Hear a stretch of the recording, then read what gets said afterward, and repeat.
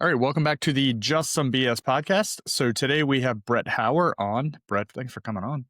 Yeah, man. Thanks for having me. Yeah, no problem. So you are a director of organizational development, human resource officer at Sixmo Companies. Can you give us all in about 60 seconds kind of your career trajectory so everybody understands kind of your past and your current? Yeah, sure. So, kind of I don't know that anybody has a traditional path into human resources, but mine was definitely, untraditional in that I started in pastoral ministry. So I went to school, for biblical studies, started my career for the first 5-ish years in, working for a local church, a couple different local churches, and yeah, was a pastor and kind of did especially in my last job, which I had out in West Virginia for 3 years, you kinda did, like, the organization and kind of admin and executive responsibility side, and so that kinda whet the appetite for that type of work, and then kind of around COVID, that was a weird time for church ministry, decided to make a move out of that line of work. It's something. I mean, I think this is true in anything, but especially, as a pastor, if it's not something you feel led to anymore or passionate about, or that your heart's not in it, it's probably not something you should continue to do. And so I made a transition into like executive recruiting, worked for an executive search firm out of Columbus, Ohio, and worked for them for a little over a year. Really, it was a great opportunity, gained a lot of skills. And then the company I work for now, Sixmo, was a client of mine, did some recruiting for them as a consultant. And our CEO, Jared, called me one day and thought he was going to yell at me about us not filling a position for him. And instead, he offered me a job. So I've been here ever since. And my roles kind of shifted and changed. When you're working for a small business, not a very large, team, you kind of just get into anything, do anything. So I've had a lot of great experiences and opportunities in that. And a couple years ago, also started my own side gig doing HR consulting for just a couple small businesses in our area as well. So that's the rundown. Because I'm ignorant to, I would say, like the pastor sphere. Sure. Was there any negative? Is it like it's not that's not a traditional job that you hear? Like, actually, you're the first person I've ever heard say if you're not fully in it, like you can pivot in your career. And I don't think I've ever heard anybody say that. Is there any negative connotation with that pivot? Yeah, I'm sure that there is.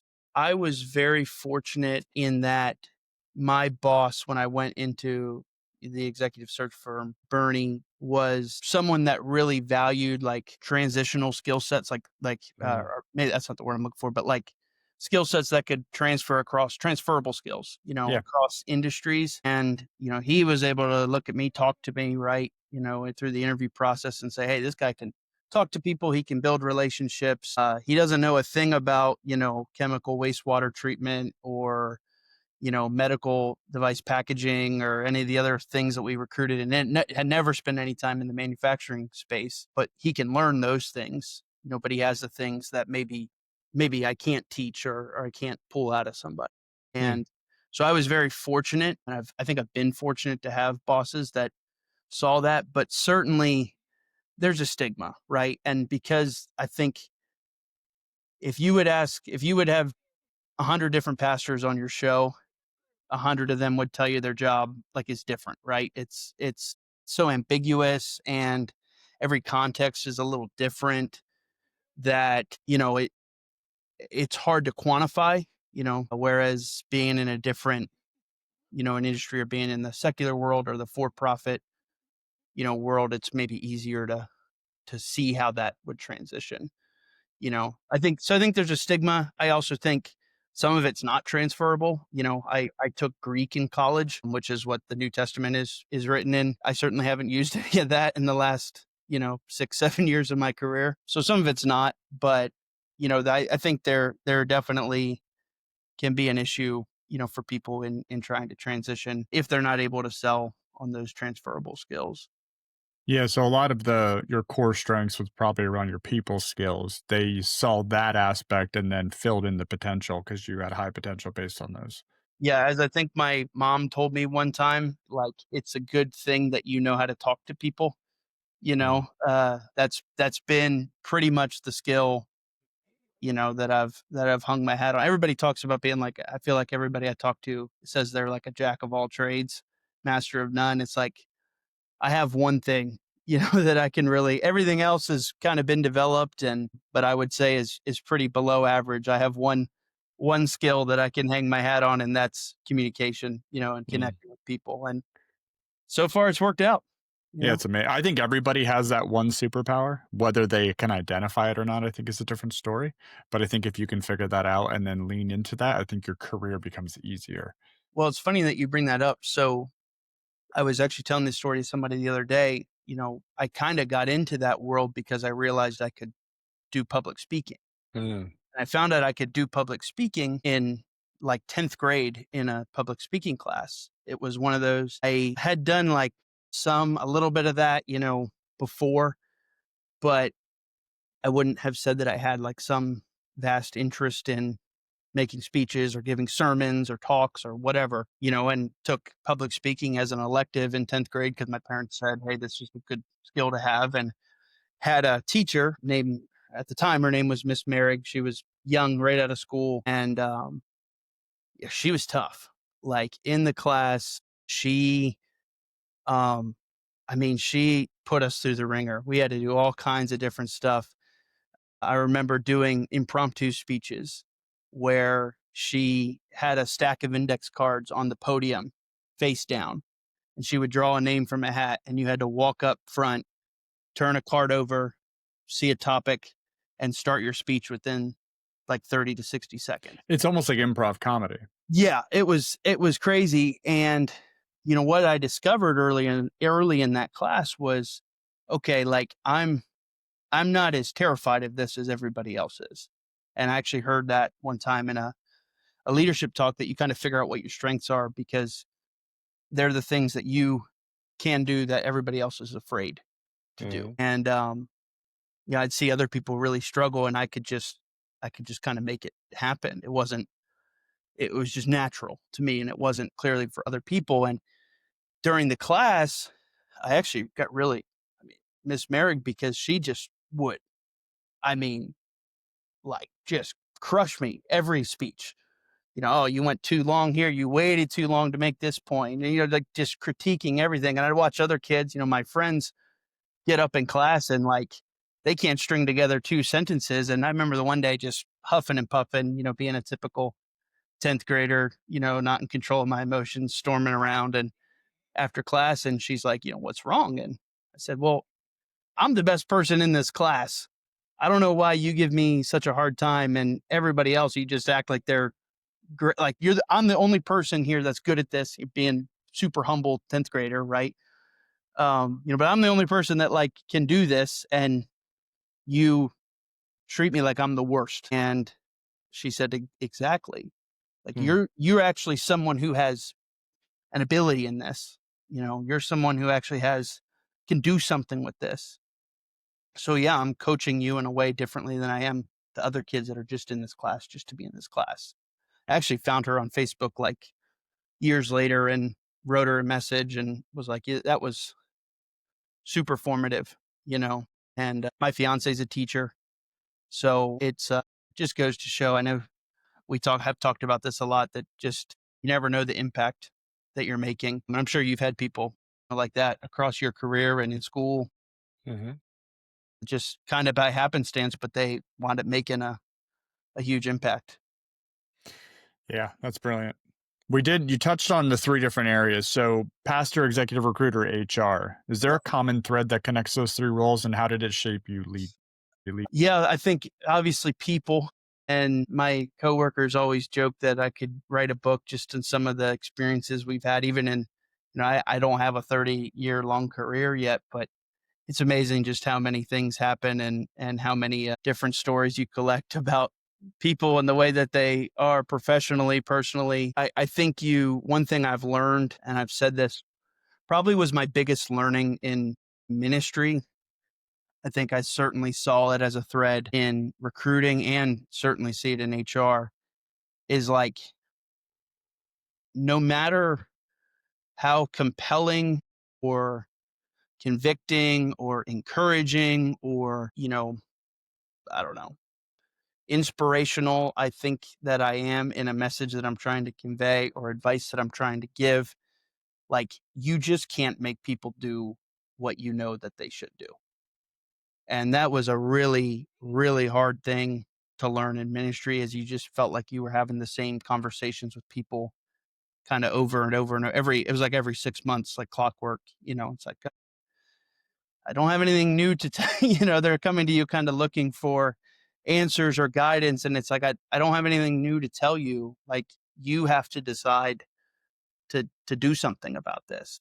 And it's sad to see how many people don't.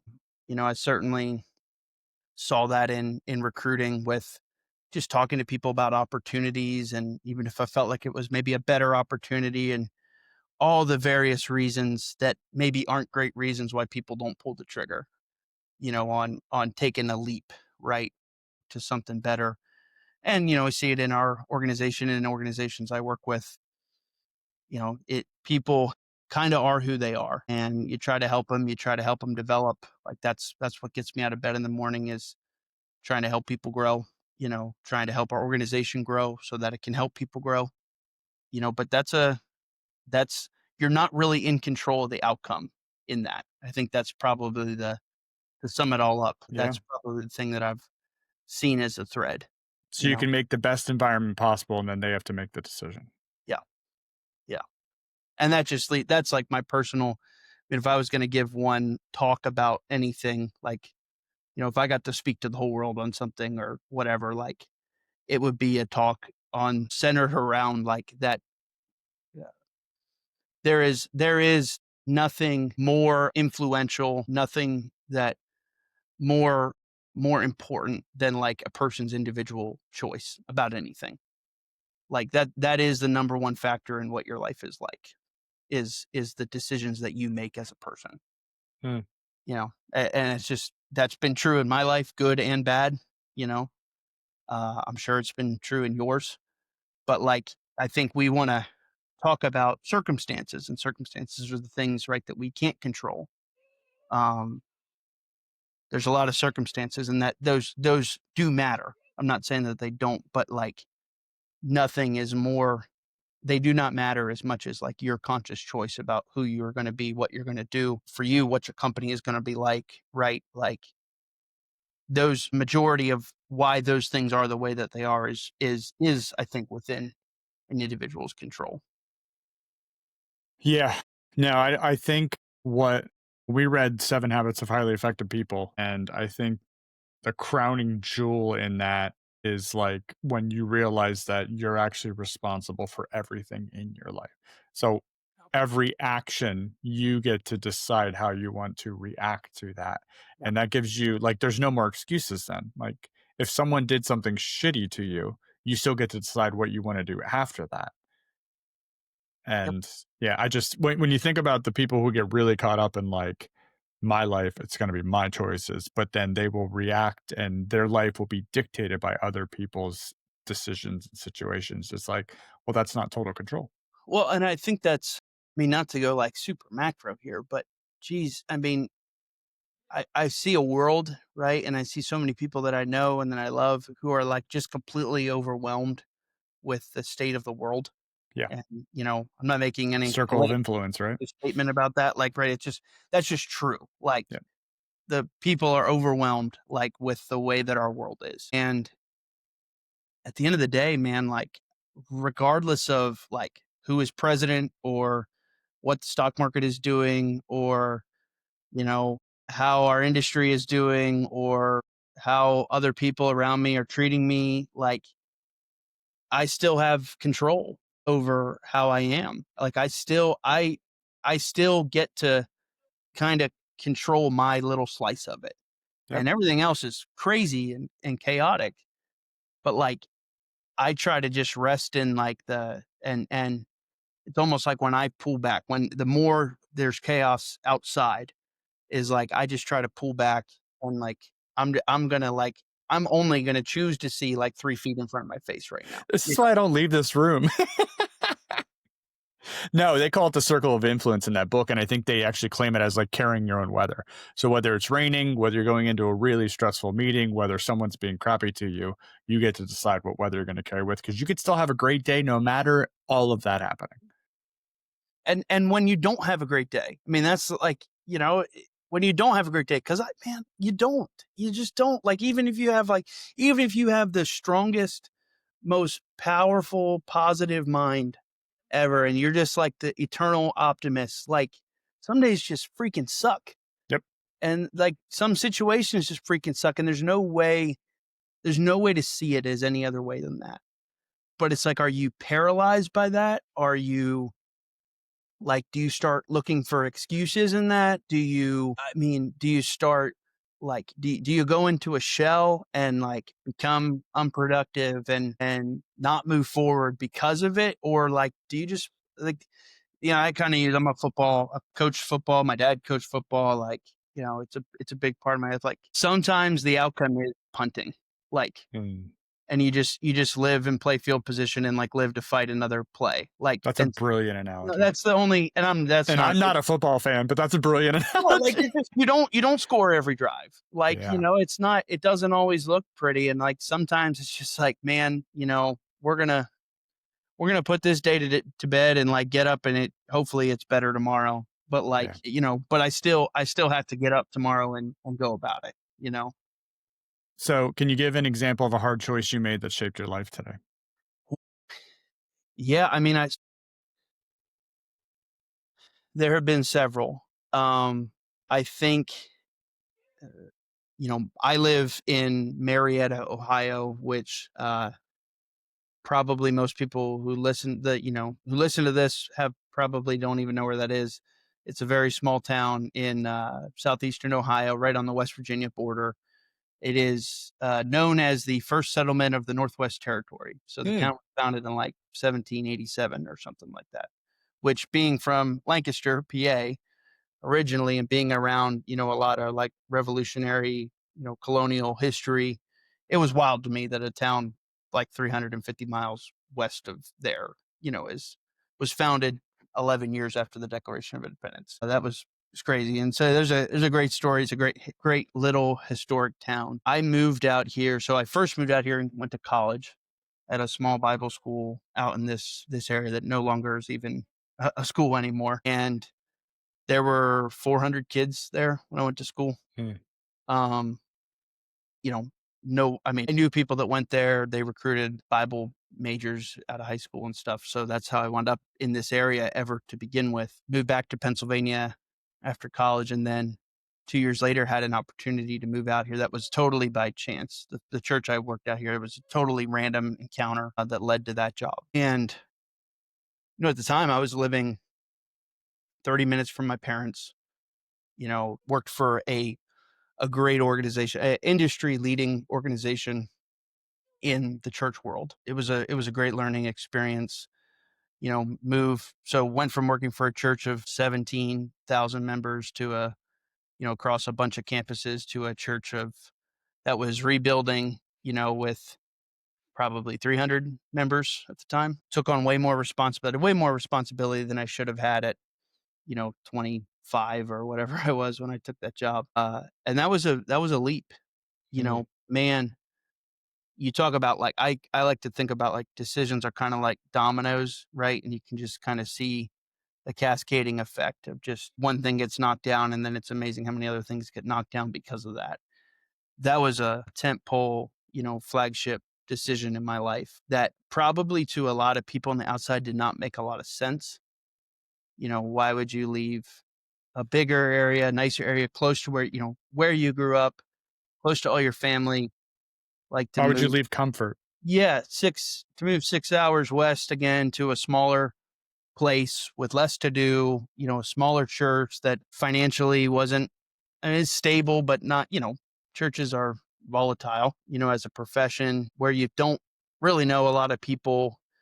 Why would you do that? And I look back on that, and I mean, I've been out here 8 years, since that decision. And I met my fiance here. I met some of the best friends I've ever had out here.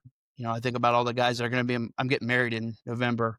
I heard. All the Congrats. guys that are going to be in my wedding, other than my brother, I met out here. Like we have such a great community and a great church, and I have a great job and work for a great boss. And like none of those things would have happened. None of those people would be in my life if it wasn't for that one decision. So at 25, why did you make that decision? I think honestly, I mean, it paid more. I didn't get paid very much. So I mean that I can't lie and say that wasn't a It's a great factor. reason. Yeah, it about doubled my pay, And from you like, got to be your own leader. yeah, from $20,000 to $40,000, but it doubled my pay. And I again, arrogantly looking back now, I don't think I was ready, but I don't know if you ever are, I right? think that's the funny thing about potential. I think if you wait until you're ready, it's too late. Yeah. So I wanted more responsibility. Awesome. I wanted like I wanted to be a factor in our success. And the place I worked before, great place, but there were 230 people on staff. Here there were 5, or Mm. 4. Like, so it just was a totally different Just animal. almost a startup. Yeah, yeah. I mean, you kind of feels that way, except it was like 120-year-old church that was kind of rebirthing, Yeah, that's cool. under new leadership. I mean, it was a great experience, and you know, I wanted more responsibility. I wanted, more influence. Any reason any young leader takes another job, right? But I couldn't imagine looking back. I never could have imagined the way that it would bless my life. That the after effects of that decision. Yeah, I connect with that. I actually am giving a speech next week at a company thing, and it's really around fixing growth mindset. And I actually spent some time talking about kind of career trajectory and, like you said, those moments when you make those decisions. I can remember every terribly hard project I've ever been on, or terribly hard career decision I've made. I can't remember any of the successes. Right? It's the grinds, it's the fear, it's the hard stuff that literally sets you up for that next big opportunity Yeah, because it's not as scary then. yeah, yeah. You kind of build. It's like you kind of build your operational or like leadership muscles.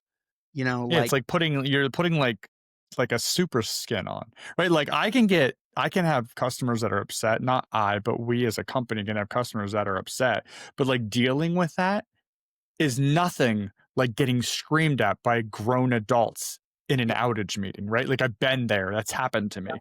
Now, upset is like, okay, well, we'll figure this out. Like it's not grown men screaming at me. yeah.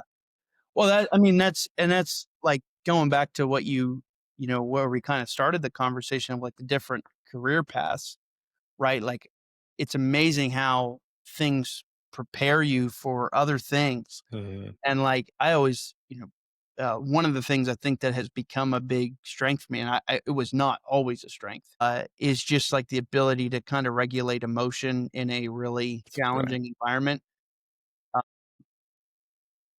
especially when other people are not, are not regulating their emotion, right? That was not true of me 7 years ago. It's a I skill was set. very emotional, I was very hot-headed, and my fiance would tell me I could still get that way, right? Especially when the kids are, man, they just test your patience and your mettle in a way that nothing else on this planet does. But part of what developed that for me was being in, like, conversations and meetings with people from our church or people in the community that were, like, the worst situations you've ever, like, Mhm. people dealing with assault or, like a terrible divorce and, or I mean, suicidal thought, like just crazy things that, like, when you sit in on enough of those and you are sitting across the table for someone who's telling you these things, it's like, I, I don't mean to sound callous in case any of the people from our company listen to this, but like, someone being upset about their pay or a minor riff with their manager, like, it's just not that big of a deal compared to other things that are going on in life. And so not that they're not a big deal, but Yeah, like once you've dealt with those things, and dealt with enough of those, you kind of develop that exoskeleton, and it just doesn't affect you the same way. I don't lose sleep over it anymore like maybe I did in the yeah. past. I think it's perspective. I think it's roads traveled. I think, when you bend down the road a bit farther than other people, I think it's easier to manage your emotions. If you're still getting tested in arenas that you're unsure of your footing, I think it's harder for us to control the emotions. Just we've been farther down that road than some other people. Because I know when I go into new things, for instance, doing this for now, it's like episode 83 or whatever it is. Now it's easier. But early on, it was still scary. I was still sticking to the script. I wasn't like, there wasn't rhythm, right? And you just have to keep flexing. And then somebody would be like, "Oh, you seem very robotic." And I'd be like, "What do you mean?" Like you get emotional, right? Because you're still trying to, like, you're still vulnerable until you're not. Yeah. No, I think that's a really good point, and to bring up the parenting, so my fiance had children, from a previous relationship, and so I'm a stepdad now, and, Yeah, yeah. it's a awesome, we just bought a house, Oh, so we're all living under congrats. one roof, doing all the routines and things, and, it's a big adjustment, and I think your point's really well taken because I do feel like in some ways in that part of my life, I'm kind of back to square one. Mhm. I'm like learning new tracks again Yep. because it's like, you just don't when you live by yourself or you don't live with kids, like you don't realize how frustrating it is when you're trying to, answer a question or do something and like you get interrupted at just the worst time, and it's like how it's so hard to control, your emotion in that moment when you're already at your peak of frustration to like not lash out at a Yes. 5-year-old, who's just asking a question because he has a question for you. Yeah, so it's funny you say that because I'm also a stepdad. So when Jenny got married, Lexi was 11, and I remember very same thing. Knew nothing about what I was doing or supposed to be doing, right? And you just kind of figure it out. So same problems. Like I 100% completely understand that because it's, getting upset at a 12-year-old, treating her like she's an adult. I'm like, what are you doing, you Yeah. idiot? And it's like a balance, right? Because you're trying to instill things in them that, Mhm. they need. You want them to be better, right? Successful, yes. Where you want them to be successful and being in my world, right? Like I kind of view people as like naturally, you're like in competition with other people. Mm. We like if we like hire somebody for, a job, like I've probably talked to, I don't know, 20 people right before so you're comparing people to other people. And I just want our kids to come out on top of that. So you're trying to like start early instilling certain things in them, for the future. But also it's like, yeah, man, they're 5 and 3. Like they care about like Pokemon and they Mm. care about their stuffed animals and they care about like, the giant hose in the yard that they're using as a giant snake right now. Like, that's the news, that's all that matters. And what kind of fruit snacks we have for snack. Yeah. Like their life simple, and I don't want to make it more complicated than it is or needs to be. You'll make a ton of mistakes. Doesn't matter if you're always there and you're staying semi-consistent. And I wouldn't put myself because I didn't have to have little kids, but um, yeah, I love treating kids like they're adults. It's like my favorite thing to do, like sarcasm because they don't understand it yet. And I'm like, when do you learn this? 7? Okay, I'll wait 2 years. uh, all right, I want to talk about high production, low maintenance unicorn employees. So I love the word unicorn. It's one of my new favorite things because I think it's very hard for people to manage unicorn employees. What traits do they share and how do you attract and keep them? Um, so that high production, low maintenance thing is actually something. I'm a big Penn State football fan, and it was something I heard Coach Franklin, who's the head football coach at Penn State, say at a press conference one time. Mm. And I just happened to be listening. I was working on something and happened to be listening to him. I was like, "Ooh, I like the way that he put that." And as I thought about that, it was like, man, that is like really it. Is like or as my boss would say, our CEO Jared would say, like solve more stress than you create. Yep, the balancing act. Yep. Love that. Not every employee is going to cause stress for a business or like I don't think we have anybody, myself included, who like has never caused a moment of stress for our CEO. Yeah. But like the hope is that they're solving more stress or solving more problems, right, than they create. I think the number one thing, like if you gave me a magic wand and like said you can instill this in every single person you've ever worked with or who's worked for you or whatever, like I think the number one thing that I would instill subliminally would be gratitude. I was gonna say humility, same lines. Yeah, yeah.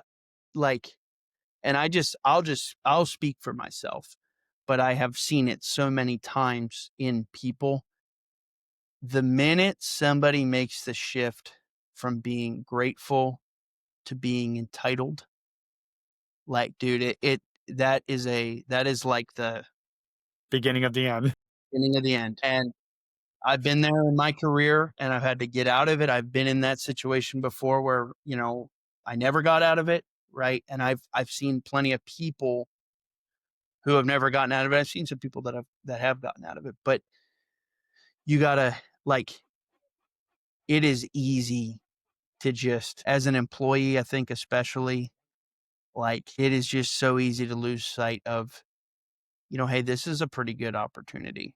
And I need Mhm. to not like grateful in the sense that you're like blindly just happy to be there and you would never look at another opportunity or you would never question anything that you think is wrong. It's not like blind loyalty. I don't think that's what true gratitude is. It's understanding that like you've been put there in that position, because somebody believed in you, right? And someone is paying for you to have, the lifestyle that you have and to support your family, like because they believe that you are the best person, for that role. You're trusted, right? In some ways. And the minute I get in my head that I'm like, man, I wish I had this, or, they're not doing enough for me, or I don't know. There's a million things that come up in your head, right? When you're no longer grateful and you start becoming entitled. And it changes your mindset, it changes the way that you work, it changes how committed you are to the success of the organization that you work for. I mean, it saps you of desire, it saps you of hunger for more. Like it's like a plague, Mhm. and it negatively affects, I think, pretty much everything about you when you're entitled. And I think this is transferable, like in personal life, professionally, but it's amazing how you just see people when they first come in and they're so excited, they're grateful, they're hungry, they're willing to go, that extra mile. And maybe something happens or something doesn't happen that's on the company that causes somebody to turn that way. But it's, you would hope, right? If that's the case, there's productive conversations that happen with someone like myself, with the CEO that says, hey, like, I don't feel appreciated. I care about this place. And you start trying to solve it. It's amazing how very little those conversations happen. Mhm. And a lot of times it's just they kind of slowly fade away. And again, it just comes back. It's losing sight of gratitude. Yeah, so 2 comments around that. Love that. Love this conversation. One, if you're just listening to the podcast, I'm looking directly into the camera. And our my COO and I, Brian, were just talking about this on Friday. It is a skill to be easy to work with. So if you can just be good at that, and that is not, like you said, blind loyalty, but that is having the skill to be flexible and growth mindset enough to say, I don't know how to do that, but I can go figure it out, or I can help you figure it out and being flexible. Now, your second comment about it could be something the company could solve, love that because that's where I was going. This could be a leadership problem as well. If someone, so as Dale Carnegie says, people just want to be appreciated. Sometimes that is the way to turn someone around who's stuck in that headspace. They don't feel appreciated by the company. So that conversation between the supervisor or leadership or whatever needs to solve that problem. Yeah, I was just having this conversation today with somebody at lunch. Like, it's amazing how I don't know if you're this way. I'm trying to be better about this, but I'm not. Like, I really try really hard not to talk bad about people behind their backs, Mhm. but I find myself a lot of times talking good about people behind their backs. Mm. And, just like I'm a naturally like expressive person. So, if I see somebody's spouse or like somebody's friend and I'm like, "Oh yeah, hey, this man, like they're awesome at this or whatever." Like, and it's like I could very easily turn around and tell that person directly, "Hey, I was thinking about you. I just wanted you to know, like, I think really highly of you in this area," and offer them some encouragement, some affirmation. Do I do that all the time? No. Do I do that even probably a tenth of the time that I should? No, and it's just appreciating people is like a thing I think that has to be intentional, and I've heard a lot of things. I mean, CEOs writing cards, and Mhm. we've done a bunch of different things professionally to try to do that. I've done different things over my career and encourage different things, from just celebrating people who meet the core values and all those. None of them are original, but um, it is, I think, an intentional thing. And if it doesn't happen, I agree. I think it's the quickest way to someone losing that sense of gratitude. They don't feel appreciated.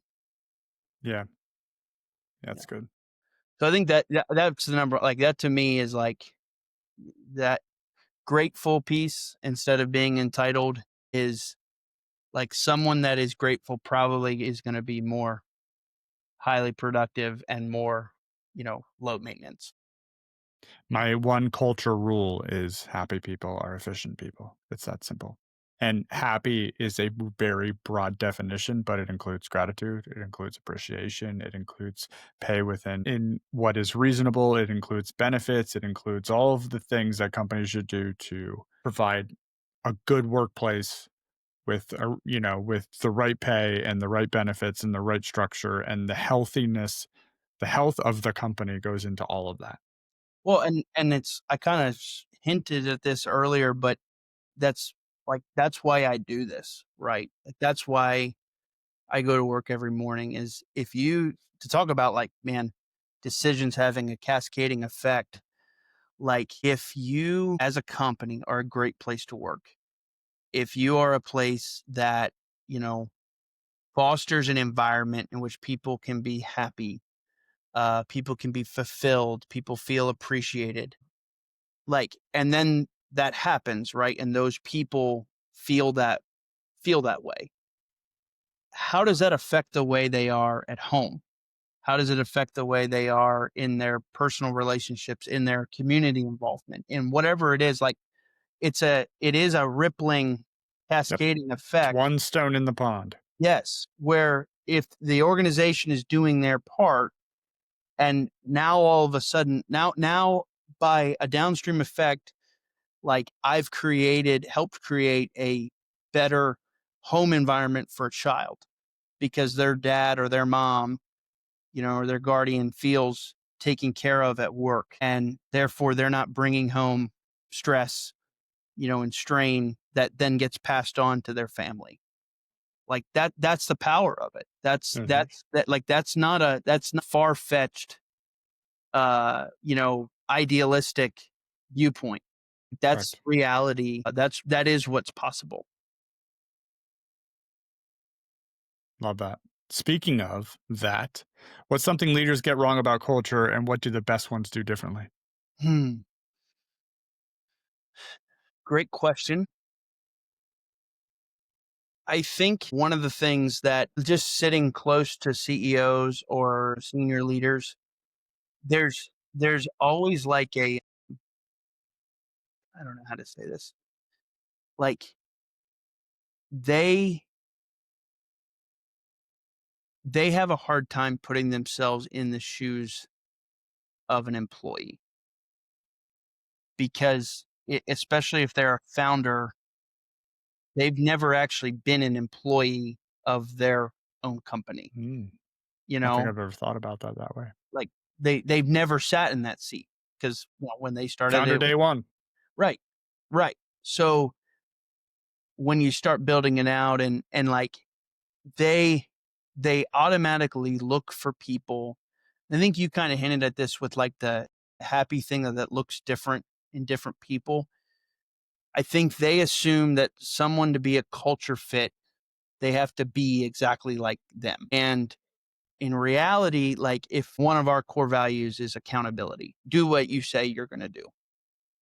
Well, that's a pretty broad term that has a lot of applications and quite frankly a lot of ways in which people could carry that out. There's like I don't have to have the same personality or the same, overall values or interests or like whatever as my CEO in order to be someone that is accountable just like he is, right? Mhm. And I think you look for, sometimes leaders they again, we like the familiar. So they kind of look for people that are easy for them to relate to. And I know I'm that's a hiring thing, but it is a cultural thing. Like I think the best and the strongest culture is there's congruency and connection around like the critical things.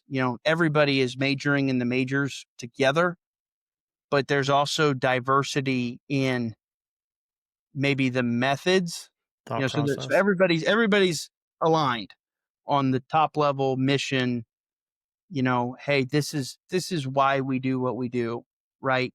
But then there's diversity in the methods or in the expression of the culture that probably leads to more well-rounded people and more diversity of thought, right? That's healthy and strong.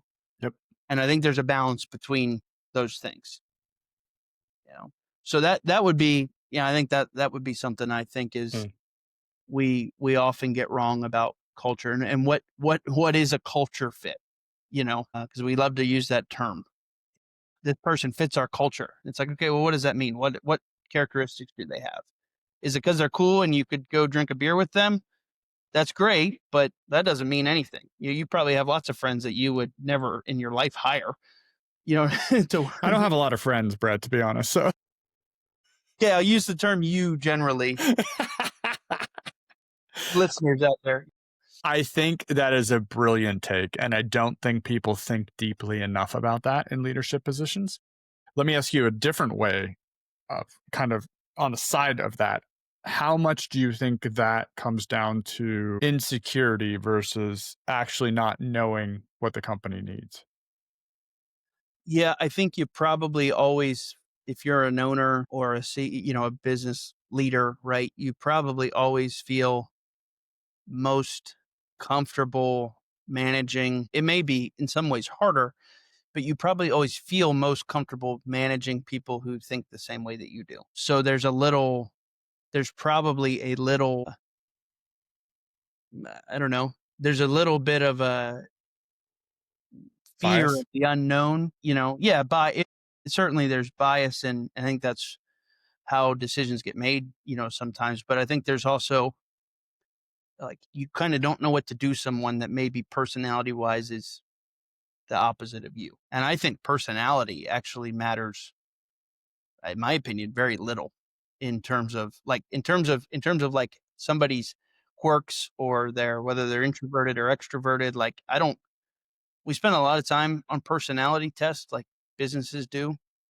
And I think anybody really can work with anybody if they like are aligned on what, the critical factors of like who they are, like what their honesty, their respect, their commitment to the mission, all of those kind of guttural things.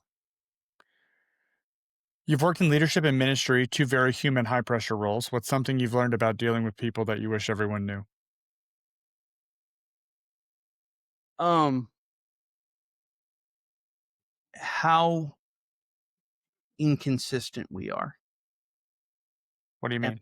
what I mean by that is that even the most consistent people I've ever met the people that I felt like, man, they're just the same every day. Like, even those people have bad days. Even those people bring things into the office from outside of the office, right? That affect their stress level, affect their interactions with people. Like, everybody is in some way, shape, or form inconsistent. And I'm preaching, like that's myself. I will say first and foremost, that is myself. It is amazing to me how inconsistent I am in my mood, in my habits, in like how I think about people, certain people, how I think about things within our business. I mean, and so I think one, like, that should lead us to have empathy and grace in how we deal with people, recognizing that the situation that, if you have an interaction with someone that is rough and, maybe they don't come across great in that situation, it might not be because they're a terrible person. Maybe it is. I've met plenty of terrible people, but there could be a reason for that. Hmm.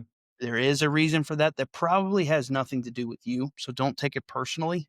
You know, Seek to understand before you criticize. And I think second part of that is like don't is you know prepare yourself to be disappointed. And that's a very cynical HR industry Love it. answer. But man, like I'm just not surprised by anything. I'm just not. Most people will let you down. Yeah. Yeah. And I let myself down all the time. So Mm, if there's anybody for me to be disappointed in, it should be me first and foremost. yeah. But like, don't, again, it goes back to kind of where we spend a chunk of time talking about like your personal choice, right? Your ability to choose what you do, how you act, how you react. Because like people are not like people are going to let you down. Yeah. Mhm. Yeah, I call it baggage that we carry into work. I tell this story a lot. I only know one person in our current company who leaves their baggage at the door. His name's Dan. I don't know how he turns off life when he walks into work, but he does every day and he's super consistent. I can't. If I'm rolling my check bags up the sidewalk, it's coming in with me. I can't turn it off. So I think flexibility, I think the empathy piece is huge there. I think meeting people where they are. Sometimes the other thing, I think people get scared to just ask, "Are you okay?" because they feel like they have to have a solution. Sometimes it's just, "Are you okay?" and then listening. Just shut up. No solution needed.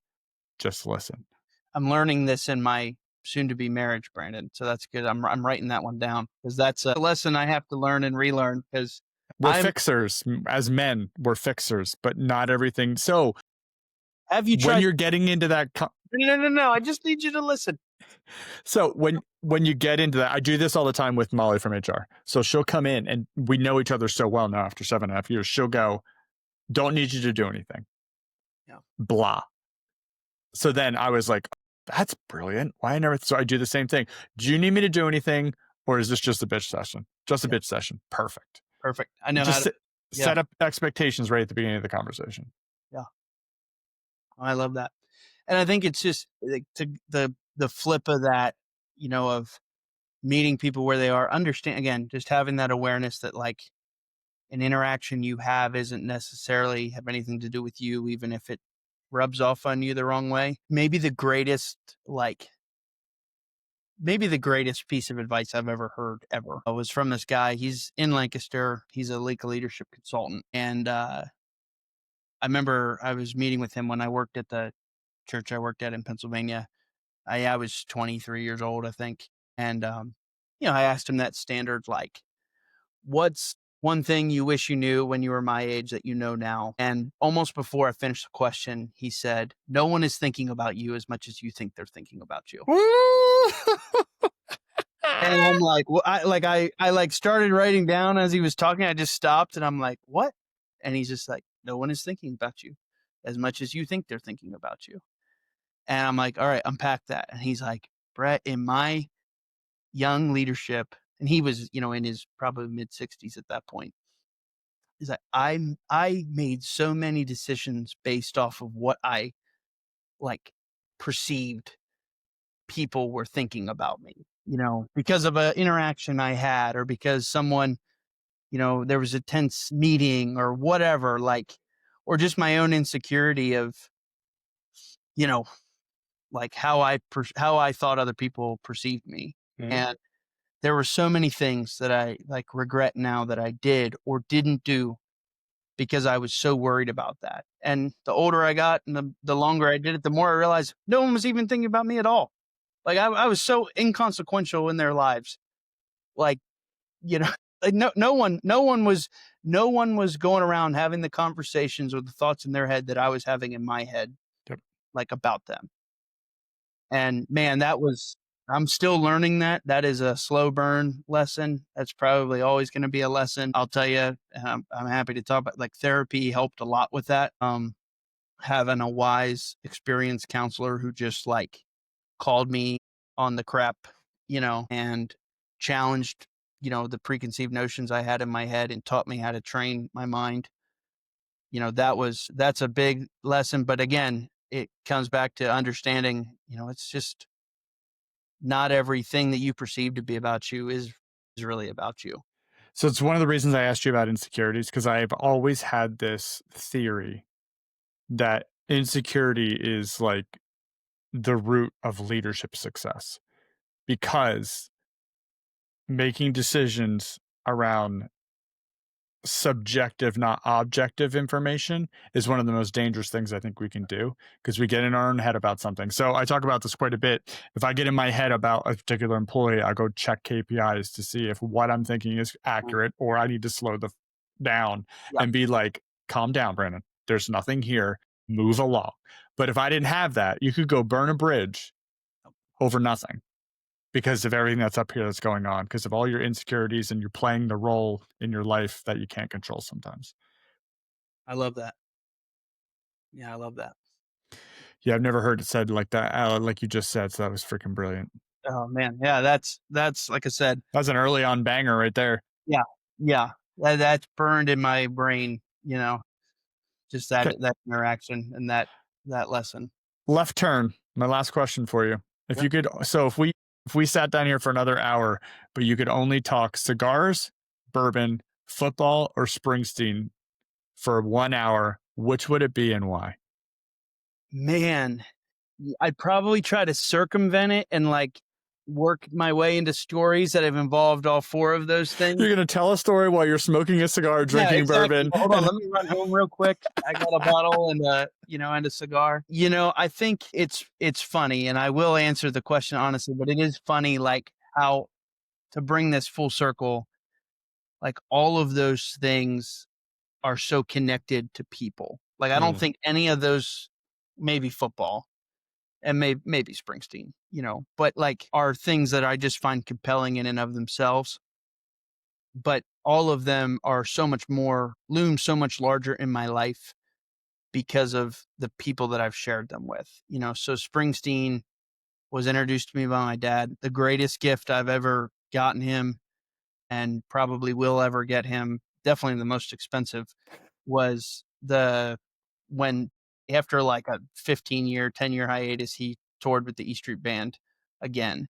And we went to Baltimore and saw him. It was his Christmas present and Father's Day present and birthday. It was I didn't get him a gift for a year, but it was awesome. I mean, and he rocked. And like, I've never seen my dad. My dad is not, I do not get my expressiveness and, uh, you know, diarrhea mouth from him. He is quiet and reserved and he's just, like your brother. yes, in that way is spitting image of my dad. And I've never seen my dad enjoy something as much as he That's did great. that. Like, it was like he looked like he was having the time of his life, and that was worth it, right?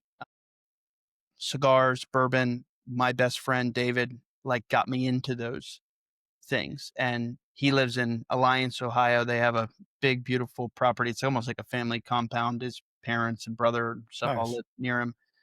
And just man, you talk about like just awesome, like deep, powerful conversation around a cigar and a fire or a glass of bourbon, just solving all the world's problems, and looking out over hundreds of acres of land. Like that's, man, powerful moments. And then the Yeah. Eagles, I'm a third generation Eagles fan. My grandfather was buried with, there were two things in his casket with him when he was buried. One was his Freemason pin, and the other was the shirt he was wearing when the Eagles won the Super Bowl.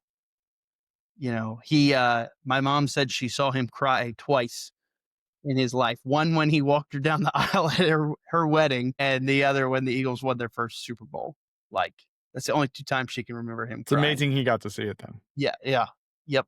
Yeah, he actually died maybe 2 or 3 years after that. So it was awesome, and, that he got to experience that. But they're just all connected to people. If I had to, I think the subject I could exhaust the most on would be football. Yeah. There's just so much. We could get into strategy, scheme, play calling, game No, man you could. I couldn't do any of that. you That was know. brilliant. Yeah, no, that's amazing. Before we go, is there anything you want to promote? Anything I missed? No, I mean, I appreciate the opportunity to be on. I think if you wanna connect with me further, certainly can find me on LinkedIn. This is bad, but I don't remember what my URL is. Brett And Hauer. yeah, just look me up. My headshot looks a lot better than I look in person, but we have a good headshot guy up in Cleveland, Ohio. Hanging on, baby.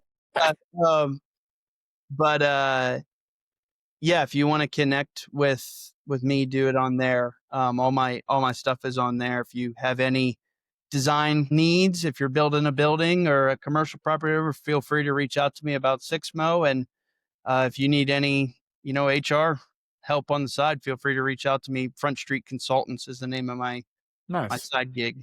So yeah, happy to talk to anybody. But Well, one, you dropped some absolute bangers in here, so thank you for that. Thanks for coming on.